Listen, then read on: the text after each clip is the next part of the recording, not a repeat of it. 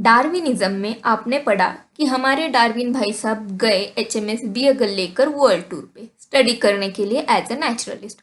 वो लैंड हुए एक आइसलैंड पे जिसका नाम था गैलापागोस आइसलैंड।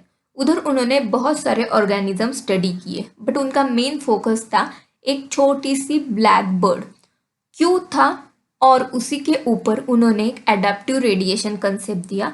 वही कंसेप्ट आज हम इस वीडियो में देखने वाले हैं। Welcome back everyone, my name is Pranjali and इधर हम एनिमेटेड वीडियोस बनाते हैं to ease your NEET and board preparation for a biology. So अभी आते हैं टॉपिक के ऊपर। डार्विन ने ये ब्लैक बर्ड ऑब्जर्व किए। ये ब्लैक बर्ड को बाद में डार्विन फिंचेस भी बोला गया है, तो हम डार्विन फिंचेस ही बोलेंगे इसको। ओके, तो ये डार्विन फिंचेस की अलग अलग वैरायटीज थी, स्पेशली उनकी बिग साइज को लेके। Okay, like just like this. So क्यों थे देखो, बिकॉज उनकी फूड हैबिट अलग अलग थी, दैट्स वाई उनके बिग के साइज अलग अलग थे। ओके, अभी फूड हैबिट क्यों डिफरेंट हो गई देखो, ओरिजिनली सारे के सारे सीड ईटिंग थे, मतलब सारे के बिग साइज सेम होंगे। सो ये हो गया प्रिमिटिव ऑर्गेनिज्म, मतलब सबसे पहले इवॉल्व हुआ है वो। लेट्स से ये गैलापागोस आइसलैंड का मैप है। उधर सबसे पहले आएंगे ये प्रिमिटिव ऑर्गेनिज्म सीड ईटिंग वाले। ओके, अभी उसमें से कुछ ऑर्गेनिज्म एक एरिया में जाएंगे, लेट्स से एरिया 1। उधर क्या होगा, उधर उनको सीड नहीं मिलेंगे, उनको मिलेंगे इंसेक्ट, समझ लो। तो उन्होंने सर्वाइवल के लिए खुद को अडेप्ट किया एंड इंसेक्ट खाने लगे। सो उनका बिग का साइज अलग हो गया इंसेक्ट जैसा। दूसरे एरिया में गए, लेट्स से एरिया 2, उधर उनको मिले कैक्टस। सो कैक्टस के जैसे उन कैक्टस खाने के लिए उनकी बिग अडेप्ट हो गई। वैसे ही अलग अलग एरिया में वो गए एंड अडेप्टेशन दिखाया। इसी को ही बोलते हैं एडेप्टिव रेडिएशन। मतलब क्या देखो, एडेप्टिव मतलब उस फूड जिधर जिधर एरिया के हिसाब से उन्होंने खुद को अडेप्ट किया, एंड रेडिएशन मतलब एक एरिया में सीमित ना रहकर वो अलग अलग एरिया में स्प्रेड हो गए। उधर जाकर उन्होंने अपनी एक डिफरेंट स्पेसीज बनाई। This is nothing but evolution. इसको आपके बुक में कैसे दिया है देखो, this process of evolution of a different species in a given geographical area starting from a point and literally radiating to other areas of a geography that is habitat is called a adaptive radiation, and इसका best example है Darwin finches. Second example है Australian marsupials. अभी Australia word आया है तो मुझे बताओ कि ऑस्ट्रेलिया का सबसे फेमस एनिमल कौन सा है? Yes, kangaroo. कांगारू में क्या यूनिक फीचर आपको दिखता है? उसको होते हैं पाउच। सो वो पाउच को बोलते हैं मार्सुपियम।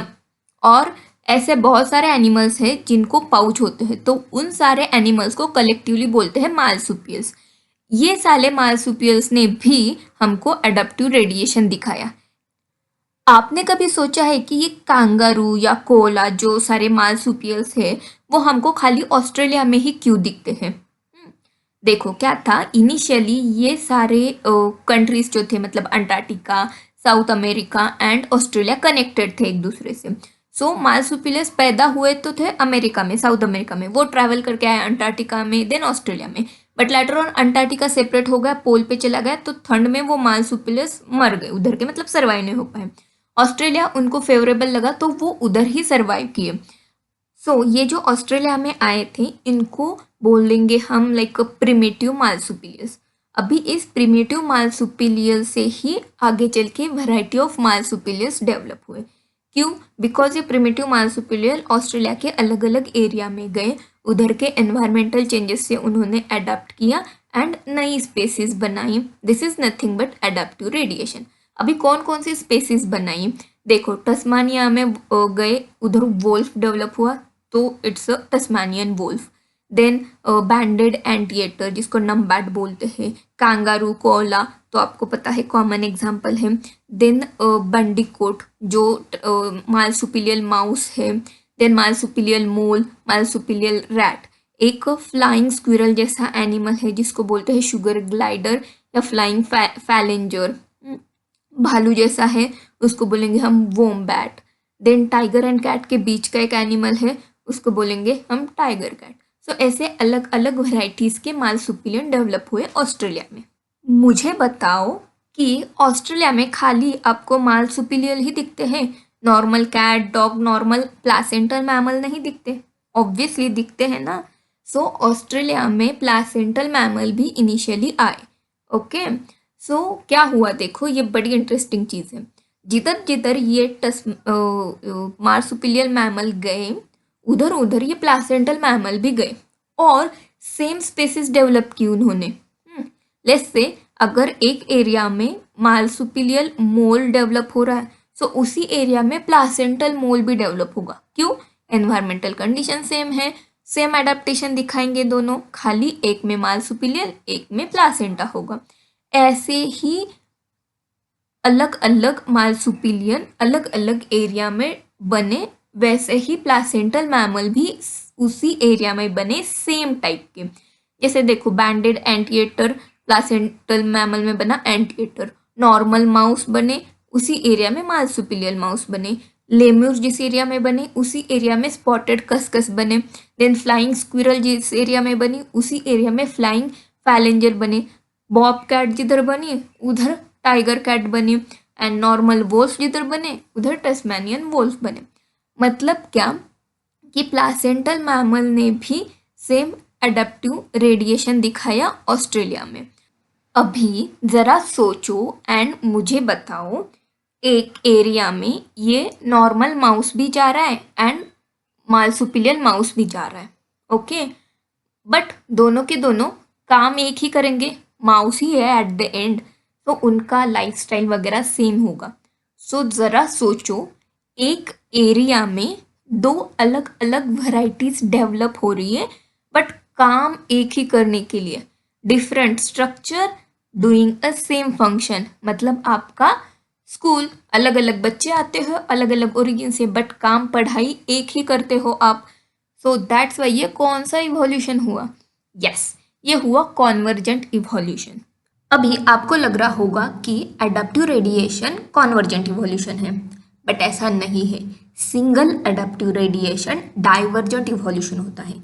मार्सुपिलियल का एग्जांपल ले लो, प्रिमिटिव मार्सुपिलियल से अलग अलग वैरायटी ऑफ मार्सुपिलियल्स बने, मतलब क्या, डिफरेंट डिफरेंट स्पेसीज बनी, सो डाइवर्सिफाई हो गए, एक ओरिजिन से अलग अलग अलग अलग ऑर्गेनिज्म बने, so this is a divergent evolution.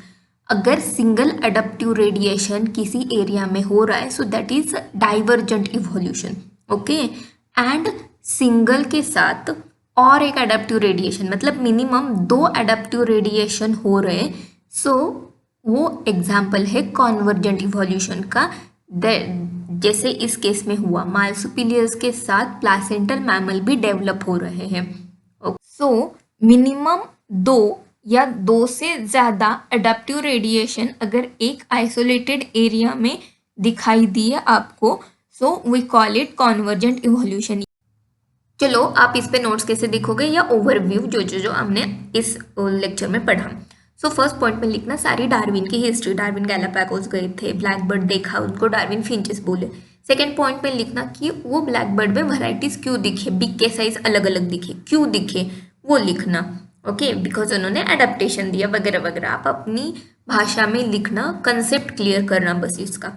Third point में पूरी की पूरी डेफिनेशन लिखना एडेप्टिव रेडिएशन की, क्या है, the process of evolution of a different species in a given geographical area starting from a point and literally radiating to the other areas of a geography is called adaptive radiation. Okay, अभी fourth point में marsupials पे आओ, second example. इसमें मार्सुपिलियस की history लिखना, first evolution कैसे हुआ, Australia में आए, क्यों आए, एंड इनके एग्जाम्पल लिखना जो जो आपको याद है वो। फिफ्थ पॉइंट में लिखना कि कौन से मार्सुपिलियस प्लासेंटल मैमल से सिमिलर है। ओके, जैसे इधर का मोल उधर का मोल, इधर का रैट उधर का rat, like that. Okay, and last में लिखना कि ये कॉन्वर्जेंट इवोल्यूशन का एग्जाम्पल क्यों है, मतलब जिधर दो से ज़्यादा एडेप्टेशन हो रहे वो। Okay, when more than one adaptive radiation appear to have occurred in isolated geographical area, we call it convergent evolution. I hope आपको ये एडेप्टिव रेडिएशन का कंसेप्ट समझ में आ गया होगा। अगर कुछ डाउट है तो कमेंट करो, अगर वीडियो पसंद आया तो लाइक करो, एंड ऐसे ही वीडियो देखना चाहते हो तो सब्सक्राइब करो। Thank you very much.